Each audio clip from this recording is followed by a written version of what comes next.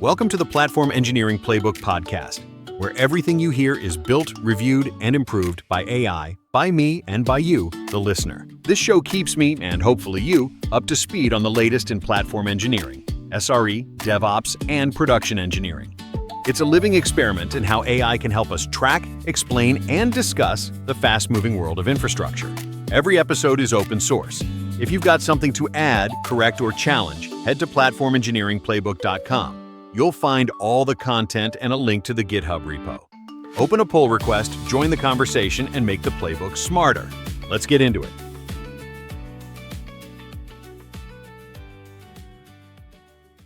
Welcome to part 2 of our 3-part KubeCon Atlanta 2025 series. Yesterday in part 1, we covered the technical announcements. DRA going GA, CPU DRA for HPC convergence, OpenAI's 30,000 core optimization. Today we're talking about something just as important. After years of what even is platform engineering debates, the industry finally reached consensus. 3 principles, real-world adoption at billion-dollar scale, and then, in the middle of celebrating these wins, Kat Cosgrove, newly elected to the Kubernetes Steering Committee, says, quote, "I'm ready to abandon ship." That's the tension in this episode. Platform engineering has clarity now. We know what success looks like, but the community that achieved this consensus is showing serious signs of strain.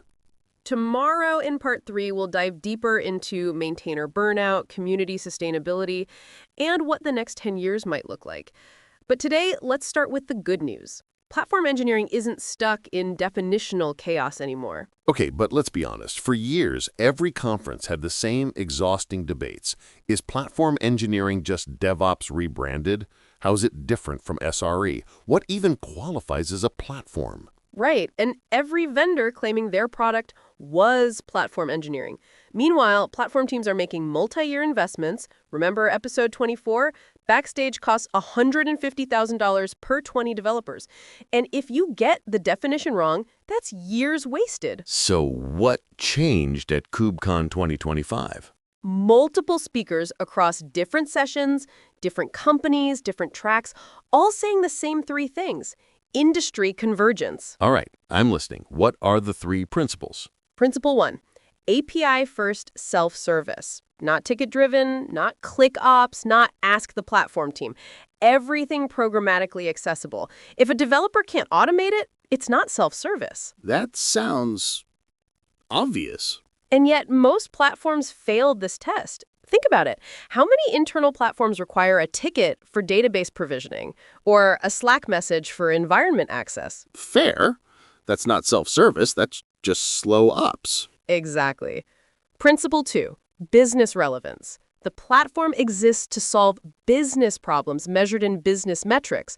Revenue per engineer, time to market, customer satisfaction, not just infrastructure metrics. Wait, not uptime? Not CPU utilization? Those matter for platform health, but they're not why the platform exists.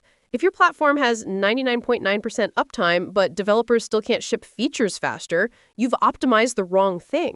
Okay, that's a mindset shift. What's principle 3? Managed service approach. And this is where most teams fail. Explain.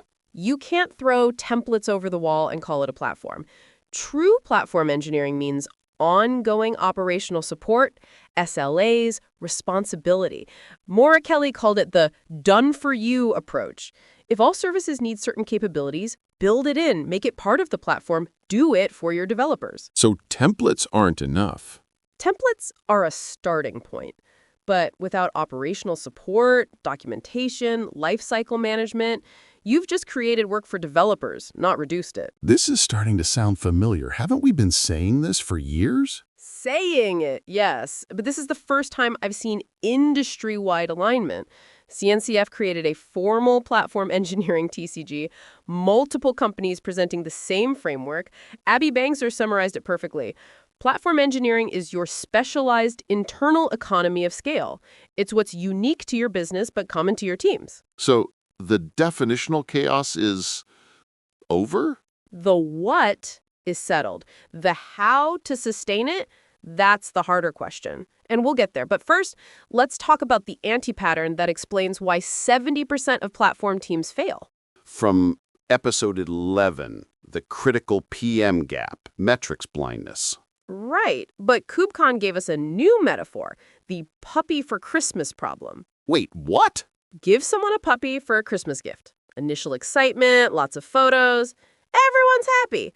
2 weeks later, the puppy needs feeding, vet visits, training, cleanup, and the recipient wasn't ready for the ongoing operational burden. Oh no, I see where this is going. The platform equivalent, create a Helm chart template, publish it to your internal catalog, declare, we've enabled self-service.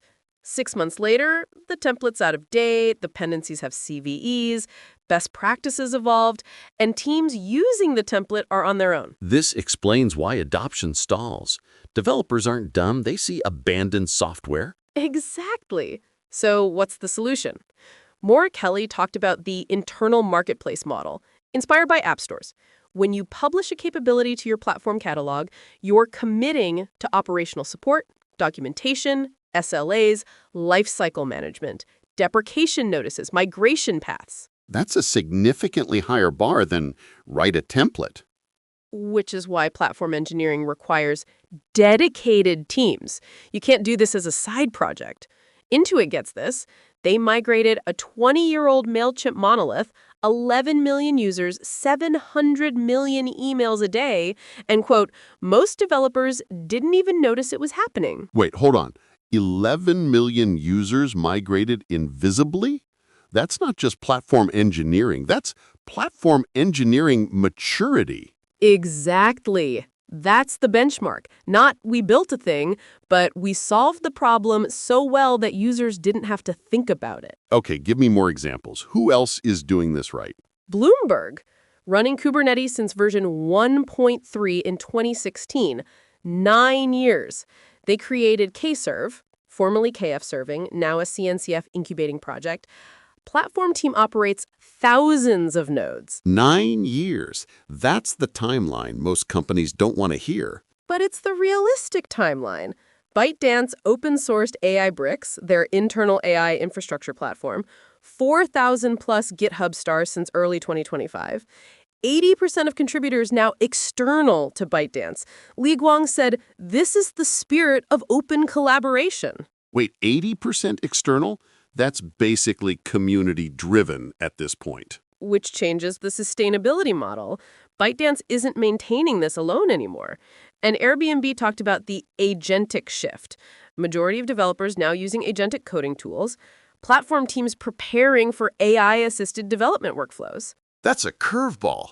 How do platforms serve AI agents, not just humans? Unanswered question, but it's on the roadmap. Here's the pattern, though. All these success stories share three things. Multi-year timelines. Bloomberg took 9 years. Operational support. Intuit's done for you.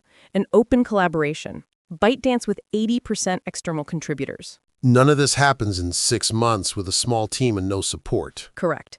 Which brings us to something less intimidating. The EU Cyber Resilience Act, CRA.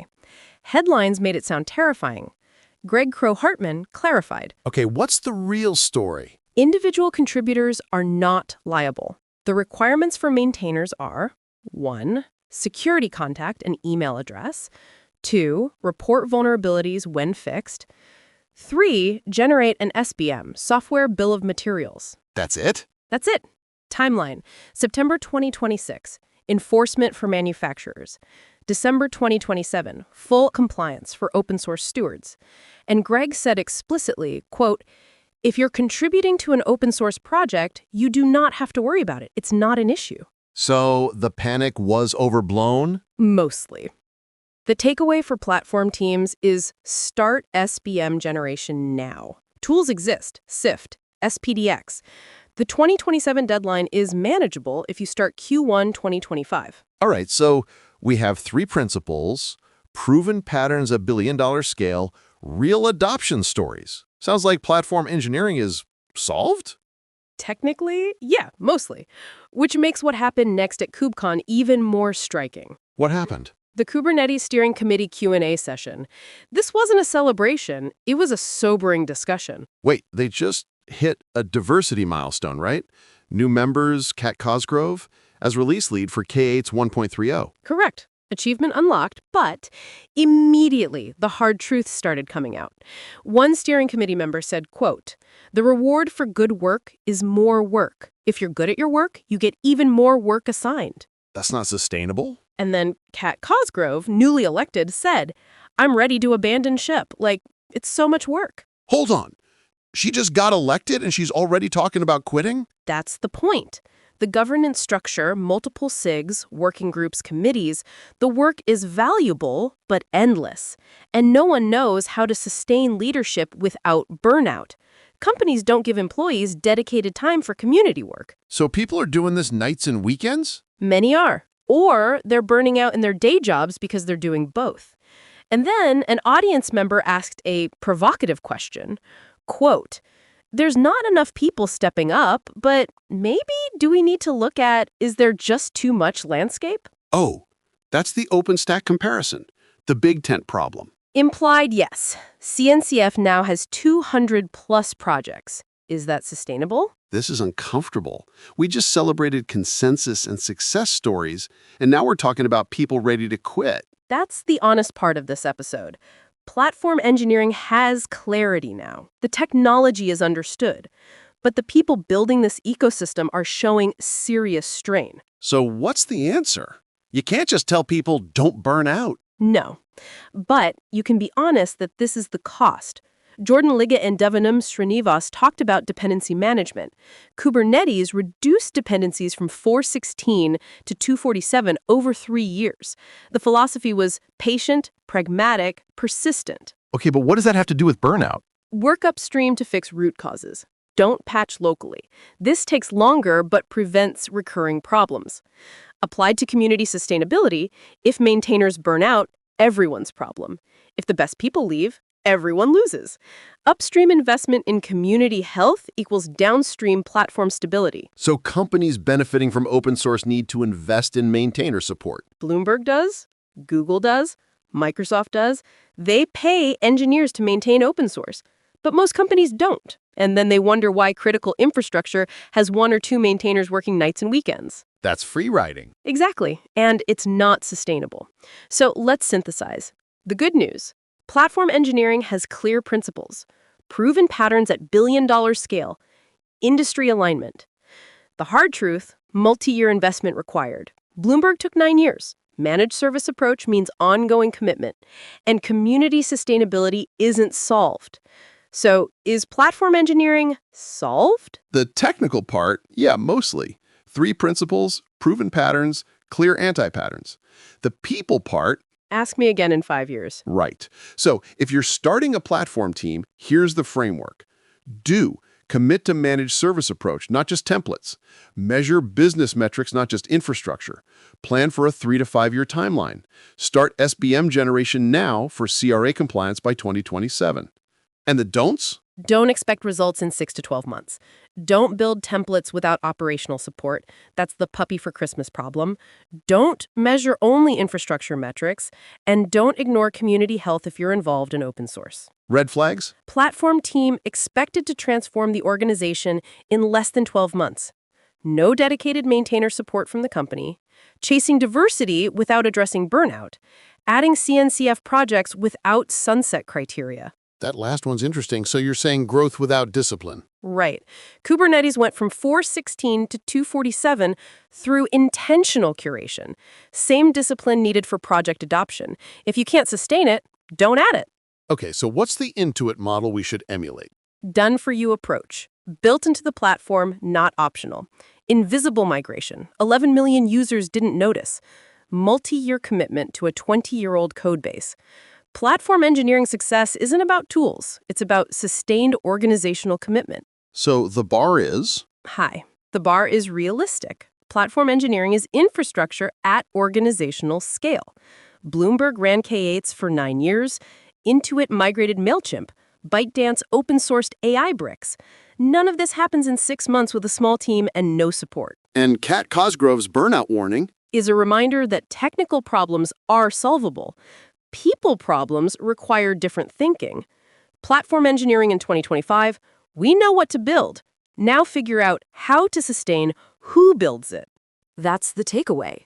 3 principles clarify the what. Real-world adoption proves it works. But sustainability, for platforms and for people, requires long-term thinking. The 3 principles, to quote Nick again, are clarify the what, the real-world adoption proves it works, and the sustainability piece is the focus for a better UX. Bloomberg's 9-year journey isn't an outlier. It's the baseline. Intuit's done-for-you approach isn't optional. It's the definition. And the community burnout conversation isn't pessimism, it's honesty. So when people ask, should we start a platform team? Ask back, are you ready for a 3 to 5 year investment? Can you commit to managed service, not just templates? Will you measure business impact, not just uptime? And if you're leveraging open source, are you contributing back? If the answers are no, Then you're not ready for platform engineering. You're ready for a different solution. And that's fine. The worst outcome is starting a platform initiative with the wrong expectations and then disbanding the team 18 months later. which is that 70% failure rate from episode 11. Exactly. KubeCon 2025 gave us clarity. Use it. The principles are clear, the patterns are proven, the timelines are realistic, and the honest conversation about sustainability is the foundation for the next decade. Tomorrow, in part 3, we go deeper into that sustainability question. Maintainer burnout, the CNCF at 10 years, what the community learned, what's still unsolved, and what the next 10 years might look like. This has been part 2 of our 3-part KubeCon Atlanta coverage. If you're starting a platform team, commit to the managed service approach. If you're running one, measure business metrics. And if you're benefiting from open source, invest in the people maintaining it. See you tomorrow for part 3. That's it for this episode of the Platform Engineering Playbook podcast. Every topic, transcript, and summary you just heard lives out in the open at platform-engineering-playbook.com, where anyone can suggest updates or add insights through GitHub. If you've got thoughts, fixes, or new ideas, open a PR. And if you enjoyed the episode, rate us on your favorite podcast platform. We're always shooting for 5 stars. While you're there, give the project a star on GitHub. It helps others find and contribute to the Platform Engineering Playbook. This podcast is generated by AI, reviewed by AI, me and you, a community of engineers keeping our craft sharp. Thanks for listening, and see you next time inside the Platform Engineering Playbook.